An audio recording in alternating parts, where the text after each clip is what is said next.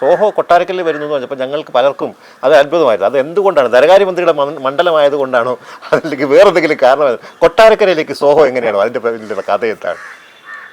ഈ കൊട്ടാരക്കര പോലുള്ള സ്ഥലങ്ങളിലേക്ക് ഇത്തരം സ്ഥാപനങ്ങൾ വരാൻ പറ്റും എന്നുള്ളതാണ് ഏറ്റവും പ്രധാനപ്പെട്ട കാര്യം. കാരണം നമുക്ക് എല്ലാ നഗരങ്ങളിലും ഇപ്പം സാധാരണഗതിയിൽ പണ്ട് ഹൈദരാബാദിലും ബാംഗ്ലൂരിലും ഉണ്ടായിരുന്നത് ഇപ്പോൾ നേരത്തെ തിരുവനന്തപുരത്ത് ടെക്നോ പാർക്ക് വന്നു, കോഴിക്കോട് ടെക്നോ പാർക്ക് വന്നു, കൊച്ചിയിലുണ്ട്. അത്തരം നഗരങ്ങളിൽ മാത്രമല്ല, കേരളത്തിലെ എല്ലാ ചെറുനഗരങ്ങളും ഗ്രാമങ്ങളും പോലും വാസ്തവത്തിൽ തിരുവനന്തപുരം സിറ്റിയിൽ കിട്ടുന്ന, ഡൽഹിക്ക് കിട്ടുന്ന ഫെസിലിറ്റി ഉള്ളവരാണ്. അവിടെ അൺഇൻറ്ററപ്റ്റഡ് ആയിട്ടുള്ള പവർ, അൺഇൻറ്ററപ്റ്റഡ് ആയിട്ടുള്ള ഈ ഡിജിറ്റലായിട്ടുള്ള ഫെസിലിറ്റി, അതായത് ഇൻ്റർനെറ്റ് ഫെസിലിറ്റി എല്ലാം ഉണ്ട്. പിന്നെ കേരളത്തിലെ എല്ലാ സ്ഥലത്തും നല്ല അഭ്യസ്തവിദ്യരായിട്ടുള്ള ആളുകൾ ജോലിയെടുക്കാനുണ്ട്. ഒരു നഗരത്തിൻ്റെ ചുറ്റുപാട് നിന്ന് 10,000, 1000, 2000 പേര് ഈ ഹൈലി എഡ്യൂക്കേറ്റഡ് ആയിട്ടുള്ള ഈ എക്സ്പീരിയൻസ് ഉള്ളവരെ കിട്ടും.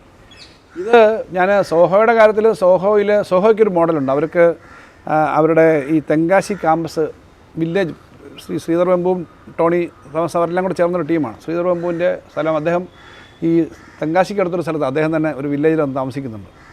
അവിടുത്തെ തെങ്കാശിയിൽ അവരൊരു ക്യാമ്പസ് ഉണ്ട്. അവിടുത്തെ ലോക്കൽ സ്കൂൾ കോളേജുകളിൽ പഠിക്കുന്ന പിള്ളേരെ തന്നെ, കുട്ടികളെ തന്നെ പരിശീലിപ്പിച്ച് IT-യിലേക്ക് കൊണ്ടുവരിക. അപ്പോൾ ഇതൊരു നല്ല ഇൻട്രസ്റ്റിംഗ് ആയതുകൊണ്ട് ഞാൻ കാണാൻ പോയിരുന്നു. കൊട്ടാരക്കരയിൽ നിന്ന് കൊല്ലത്തുനിന്ന് പോകുമ്പോൾ വളരെ അടുത്തുമാണ് ഈ തെങ്കാശി.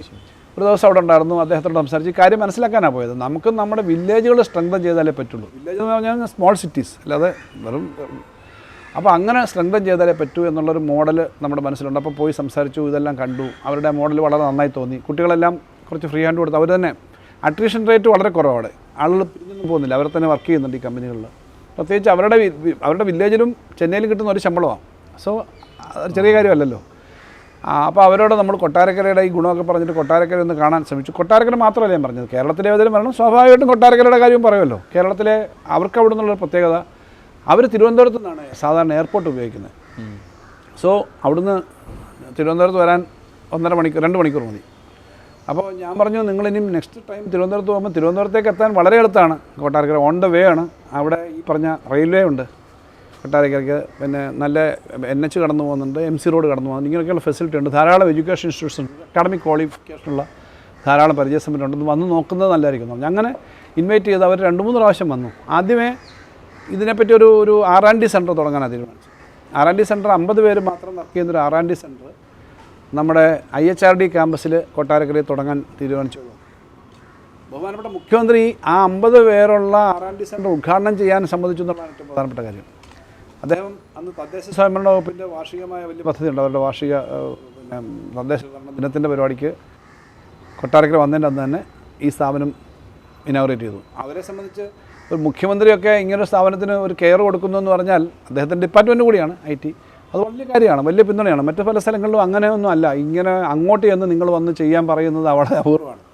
അപ്പോൾ അത് കഴിഞ്ഞിട്ട് അവിടെ നല്ല ഇമ്പ്രൂവ്മെൻറ്റ് ഉണ്ടായി കഴിഞ്ഞപ്പോഴാണ് ഒരു ക്യാമ്പസിൻ്റെ കാര്യം. അപ്പോൾ ഒരു ക്യാമ്പസ് അവർക്ക് വളരെ സാധാരണഗതിയിലുള്ള ബുദ്ധിമുട്ടൊന്നും ഇല്ലാതെ ന്യായമായ വിലയ്ക്ക് ബിൽറ്റപ്പായിട്ടുള്ള ഒരു സ്ഥലം കിട്ടി. അത് നമ്മുടെ ഇങ്ങനെ ബിൽറ്റപ്പായിട്ട് സ്ഥലം ഉണ്ടെന്ന് അവരെ പരിചയപ്പെടുത്തി കൊടുത്തു.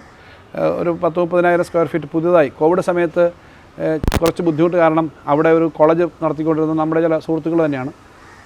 അവർ ആ സ്ഥലം കൊടുക്കാൻ പോകുമായിരുന്നു. അവർക്ക് ഇത് കൊടുക്കേണ്ട ആവശ്യമുണ്ടായിരുന്നു. അപ്പോൾ ഇവർക്ക് വേറെ ബുദ്ധിമുട്ടൊന്നും ഇല്ലാതെ വളരെ ന്യായമായ വിലയ്ക്ക് അത് കിട്ടിയെന്നാണ് അവരുടെ ഫീലിംഗ്. അവരുടെ ലീഗൽ ടീമും എല്ലാം വന്ന് നോക്കിയിട്ടാണ്, അവരുടെ ബിസിനസ് ടീമെല്ലാം നോക്കിയിട്ടാണ്. എന്തായാലും അത് വന്നുകൊണ്ട് സ്വന്തമായിട്ട് അവർ ഒരു 3.5-4 ഏക്കർ സ്ഥലം മേടിച്ചു. അവിടെ 250 പേർക്ക് ഇപ്പോൾ തന്നെ വർക്ക് ചെയ്യാനുള്ള സ്ഥലമുണ്ട്. അതും അവർ കംപ്ലീറ്റ് ചെയ്തിട്ട് അവിടെയും ബഹുമാനപ്പെട്ട മുഖ്യമന്ത്രി തന്നെ അത് ഉദ്ഘാടനം ചെയ്തു. അപ്പോൾ അവർക്ക് കേരളത്തിനോടുള്ളൊരു കോൺഫിഡൻസ് കൂടി. ഈ കമ്പനിയിൽ അവർ കുറച്ച് ആളുകൾക്ക് ഇങ്ങനെ, ഇവരൊരു വെറും സർവീസ് ഇൻഡസ്ട്രി മാത്രമല്ല, പ്രൊഡക്റ്റ് ബേസ്ഡാണ്. അപ്പോൾ അവരുടെയാണ് ഇപ്പോൾ അരട്ടയാണ് ലേറ്റസ്റ്റ് ഈ സോഷ്യൽ മീഡിയ നമ്മുടെ പിന്നെ വളരെ പ്രശസ്തമായിട്ട് ഇപ്പം വന്നിട്ടുള്ളത്. വാട്സാപ്പ് പോലുള്ള അരട്ട വന്നിട്ടുണ്ട്. അല്ലാതെ തന്നെ അവരുടെ അക്കൗണ്ടിങ് നോക്കുന്നതിന്, ടോട്ടൽ ഓഫീസ് മാനേജ്മെൻറ്റ് നോക്കുന്നതിന് ഗൂഗിൾ മെയിൽ പോലെ Zoho mail, Zoho accounting, Zoho page ഒക്കെ ഉണ്ടല്ലോ. നിങ്ങൾ ബിസിനസ് സ്ഥാപനങ്ങൾ നടത്തുന്നവർ പലരും ഉപയോഗിക്കുന്നത്. അത് കുറച്ച് കോൺഫിഡൻഷ്യലാണ് ആയിട്ട് കൈകാര്യം ചെയ്യുന്നതെന്നാണ് മനസ്സിലാക്കുന്നത്. അപ്പോൾ അവർക്ക് അത്തരം സ്ഥാപനങ്ങൾ, അത്തരം കാര്യങ്ങൾ ഡെവലപ്പ് ചെയ്യുന്നതിനോടൊപ്പം അവർ 3-4 കമ്പനികളെ അക്വയർ ചെയ്തു. അക്വയർ മീൻസ് അവർ കൊളാബറേഷനായി ഒന്നിപ്പം ജെൻ റോബോട്ടിക്സ്, നമ്മുടെ ഇവിടുത്തെ ചെറുപ്പക്കാർ തുടങ്ങിയതാണ് റോബോട്ടിക്സിൻ്റെ. ഇവരുമായിട്ട് കൊളാബറേറ്റ് ചെയ്ത് അവിടെ വർക്ക് ചെയ്യുന്നു. അതിൻ്റെ ഒരു യൂണിറ്റ് ഉണ്ട്. പിന്നെ അസിമോവ് പിന്നെ റോബോട്ടിക്സ്.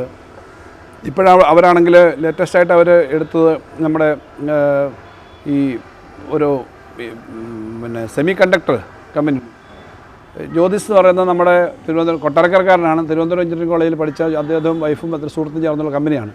അപ്പോൾ നേത്ര സെമി എന്നാണ് അതിൻ്റെ പേര്. വലിയ ഇൻവെസ്റ്റ്മെൻറ്റാണ്. അതിനെ സംബന്ധിച്ച് ഇന്ത്യയുടെ IT മിനിസ്റ്റർ തന്നെ ഒരു പോസ്റ്റ് ഇട്ടിരുന്നു, ഇന്ത്യയിലെ ഏറ്റവും വലിയ ഒരു ഹാർഡ്വെയർ അല്ലെങ്കിൽ സെമി കണ്ടക്ടർ ഇൻവെസ്റ്റ്മെൻറ്റാണ്. അപ്പം ഇവരെ പോലുള്ളവരൊക്കെ സഹകരിച്ച് അവിടെ പ്രവർത്തിക്കാൻ പറ്റുന്നു.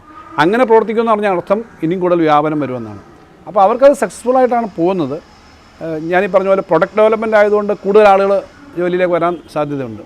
അദ്ദേഹം കഴിഞ്ഞ ദിവസം ടൈംസ് നൗവിൻ്റെ ഒരു ഇൻ്റർവ്യൂ ഉണ്ടായിരുന്നു ഈ അരട്ടെ വന്ന സമയത്ത്. അപ്പോൾ അവർ ചോദിച്ചു, നിങ്ങൾ ഈസ്റ്റേൺ UP-യിലേക്കും കൊട്ടക്കരനെ അവിടെ അവതാരയ്ക്ക് അറിയത്തുള്ളായിരുന്നു, കൊട്ടക്കരയിൽ. അപ്പോൾ അദ്ദേഹം പറഞ്ഞല്ല, കൊട്ടാരക്കരയാണ്, അവിടെയുണ്ട്. അപ്പോൾ ശ്രീധർ ബാബു പറഞ്ഞൊരു കാര്യമുണ്ട്, ഇവിടെ നല്ല ഒരു റിസോഴ്സ്ഫുൾ ആയിട്ടുള്ള ആളുകളെ ജോലിക്ക് കിട്ടും. ഫിനാൻസ് മിനിസ്റ്റർ വന്ന് സംസാരിച്ചു, ഞങ്ങൾ തമ്മിലുള്ളൊരു അടുപ്പം അദ്ദേഹം പറഞ്ഞു. അങ്ങനെ ഒരു പൊളിറ്റിക്കൽ ലെവലിൽ തന്നെ ഇത്തരം കാര്യങ്ങൾക്ക് പിന്തുണ വരുന്നു എന്നുള്ളത് ചെറിയ കാര്യമല്ല എന്ന് അദ്ദേഹം പറഞ്ഞു. അതിനൊപ്പം വിഴിഞ്ഞം തുറമുഖം വരുന്നതിൻ്റെ ഒരു പശ്ചാത്തലം കൂടെ അദ്ദേഹം പറഞ്ഞു. അന്ന് ഞാൻ കണ്ടപ്പോഴും പറഞ്ഞു വിഴിഞ്ഞത്തിൻ്റെ പ്രാധാന്യം. അപ്പോൾ പറഞ്ഞു, വിഴിഞ്ഞം തുറമുഖം വരുന്നതുകൊണ്ട് ഞാൻ അവരുടെ കമ്പനി കുറച്ചുകൂടി ഹെവിലി കേരളത്തിൽ ഇൻവെസ്റ്റ് ചെയ്യാൻ ആഗ്രഹിക്കുന്നു എന്ന് പറഞ്ഞു. അപ്പോൾ ഇങ്ങനെയുള്ള കാര്യങ്ങൾ എല്ലാ സ്ഥലത്തും പറ്റും. കഴിഞ്ഞ ബഡ്ജറ്റ് സ്പീച്ചിലും അതിനുമ്പത്തെ ബഡ്ജറ്റ് സ്പീച്ചിലും ഞാൻ പറഞ്ഞ കുറേ സ്ഥാപനങ്ങളുണ്ട് കേരളത്തിൽ. ഇപ്പോൾ സുൽത്താൻ ബത്തേരി വലിയൊരു ഇൻഡസ്ട്രിയൽ ഏരിയയല്ല. അവിടെ അമേരിക്കയിൽ നിന്ന് തിരിച്ചു വന്ന് അവിടെ ഒരു IT പാർക്ക് കിടക്കുന്ന 10 ജില്ലാന് പേര് വർക്ക് ചെയ്യുന്ന 2 ചെറുപ്പക്കാരുണ്ട്. ചാലക്കുടിയിൽ ഒരു IT പാർക്ക് നടക്കുന്നുണ്ട്. പിന്നെ ഞാൻ അവരുടെ പുതിയ ക്യാമ്പസ് ഉദ്ഘാടനം ചെയ്യാൻ പോയിരുന്നു. 10ഓളം പേരെ ഞാൻ പറഞ്ഞിരുന്നു. ഇങ്ങനെ IT മാത്രമല്ല, ഇപ്പോൾ ഉപ്പേരി വിറ്റിട്ട് 70 കോടിയുടെ ഒരു ഇൻവെസ്റ്റ്മെൻറ്റ് വന്ന ഒരു ഏത്തക്ക ബനാന ചിപ്സ് ഉണ്ടാക്കുന്ന ഒരു കമ്പനിയുണ്ട് മാവേലിക്കരയിൽ. 70 കോടിയാണ് അതിനകത്ത് ഷെയർ ക്യാപിറ്റൽ. അപ്പോൾ ഇങ്ങനെയുള്ള ചില ആളുകളെ ഞാൻ മെൻഷൻ ചെയ്തിരുന്നു. കേരളത്തിൻ്റെ ചെറു പട്ടണങ്ങളിൽ ഇങ്ങനെ ഡെവലപ്പ് ചെയ്ത് വരുന്നുണ്ട്. സോ കേരളത്തിൻ്റെ ഫ്യൂച്ചർ അതാണ്. ഈ നഗരത്തിൽ കിടന്ന് ആകെ തിരക്കേണ്ട ഏത് ചെറു പട്ടണത്തിൽ നിന്നും എയർപോർട്ടിൽ എത്താൻ ബാംഗ്ലൂരിൻ്റെ ഒരു സൈഡിൽ നിന്ന് എയർപോർട്ടിൽ എത്തുന്നതിനേക്കാൾ എത്തും പറ്റും. അതൊരു ചെറിയ കാര്യമല്ല. ബാംഗ്ലൂരിൻ്റെ ഒരു സൈഡിൽ നിന്ന് നിങ്ങൾ എയർപോർട്ടിൽ എത്തണമെങ്കിൽ 2-2.5 മണിക്കൂർ എടുക്കും. അത്ര ട്രാഫിക് ജാമാണ്. ഡൽഹിയിൽ നിന്ന് അത് തന്നെയാണ്. എൻ്റെ മണ്ഡലമായ കൊട്ടാരക്കരയിൽ നിന്ന് തിരുവനന്തപുരത്ത് എത്തണമെങ്കിൽ 1.5 മണിക്കൂർ വേണ്ട, 1.25 മണിക്കൂർ മതി.